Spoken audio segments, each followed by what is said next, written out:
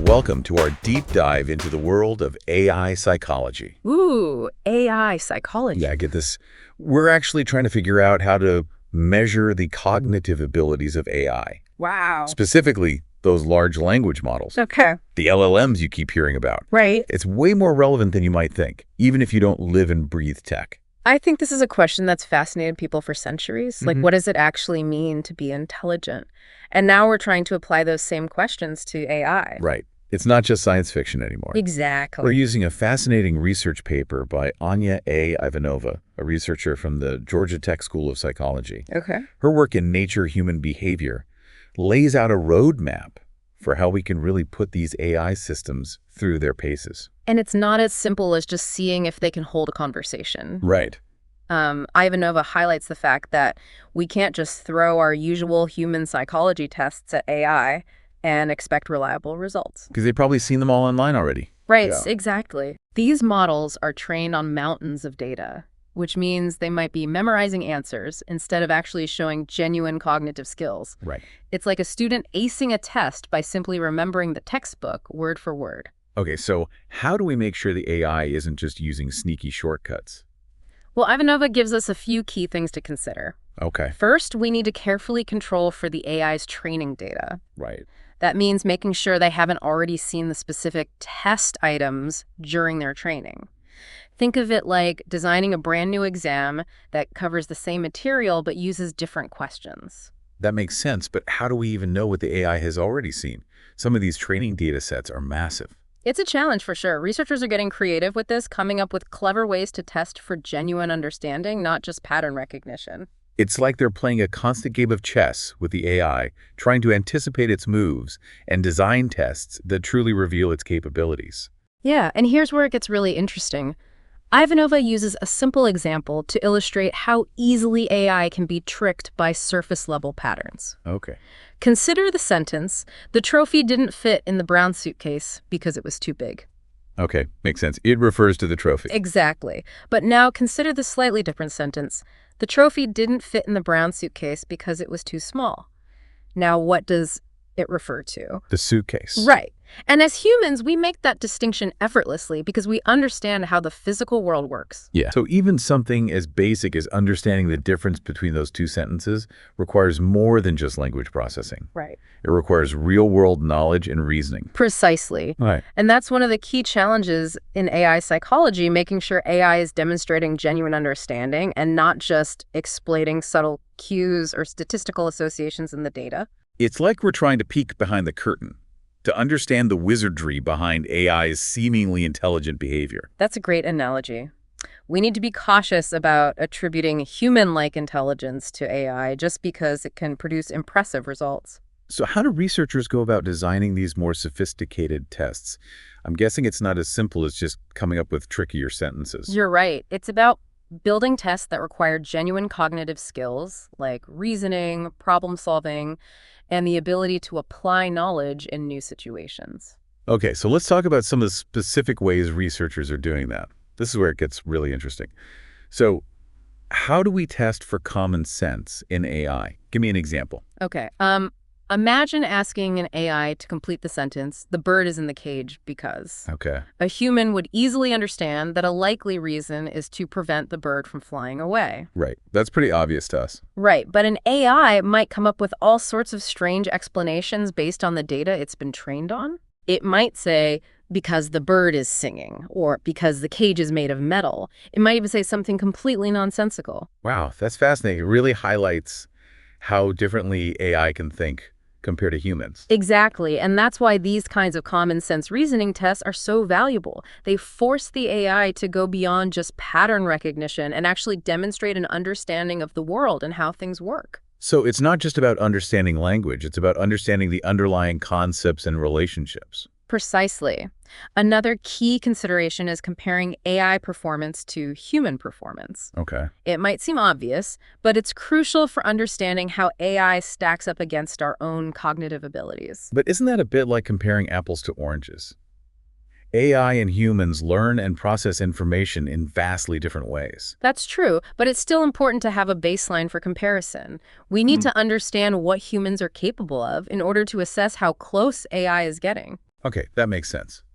But what about the fact that not all humans are equally intelligent?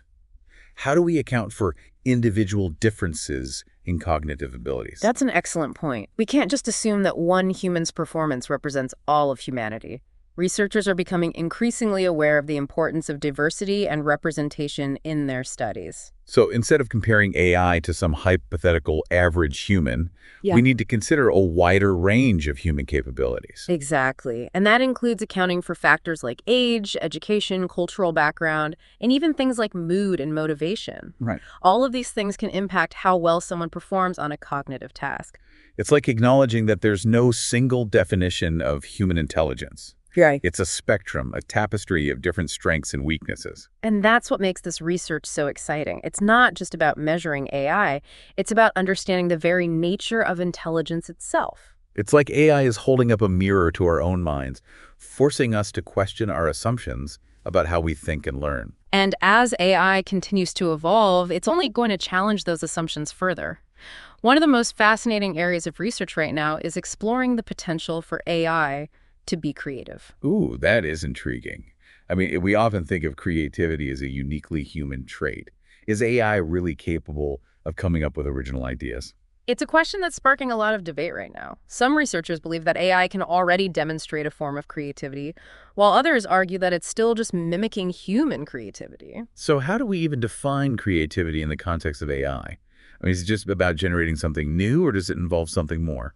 It's a complex question and there's no easy answer, but some key elements of creativity often cited include things like originality, novelty, surprise, and even a sense of beauty or aesthetic value. So it's not just about AI spitting out random combinations of words or images. It's about creating something that has meaning. It evokes an emotional response that makes us think differently about the world. Exactly. And that's why evaluating AI creativity is such a fascinating challenge. It requires us to grapple with some of the most fundamental questions about what it means to be human and what it means to be intelligent. It's like AI is pushing us to expand our own understanding of what's possible. It's both exhilarating and a little bit unsettling. And that's the beauty of it. AI is forcing us to confront our own limitations and to reimagine the very boundaries of intelligence.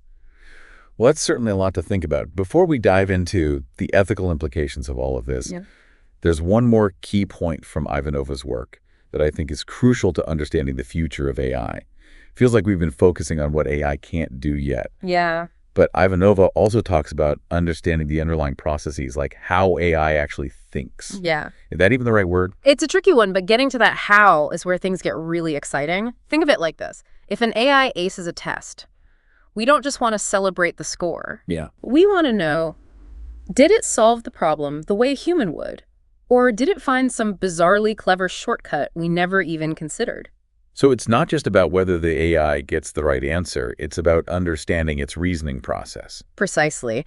And this is where the distinction between open and closed models becomes really important. Okay. Open models are like having a peek under the hood. Right. Researchers can actually examine the internal workings, the algorithms, and data structures to see how the AI is representing information and making decisions. Whereas with closed models, it's more like we're just observing the output, Yeah. the final answer, without knowing how the AI got there. Exactly.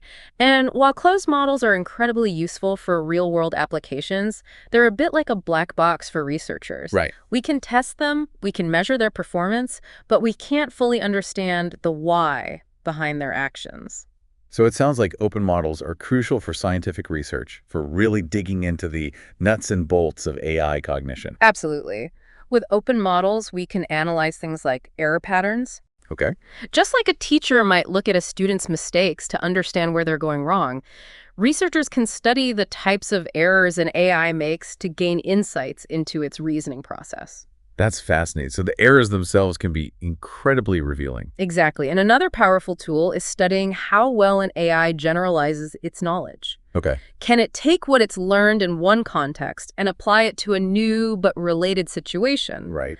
This ability to transfer knowledge is a hallmark of human intelligence, and it's something we're looking for in AI as well. It's like if I teach an AI to play chess, can it then use those same strategic thinking skills to, say, play a game of Go That's a great example. It's about understanding whether the AI has learned underlying principles or just memorized specific patterns. And this is where things get really interesting because some AI systems are already showing surprising capabilities and transferring their knowledge across domains. That we're starting to see glimmers of AI that can learn and adapt in ways that were once thought to be uniquely human. Exactly. And this has profound implications for the future of AI. As these systems become more sophisticated and adaptable, they're going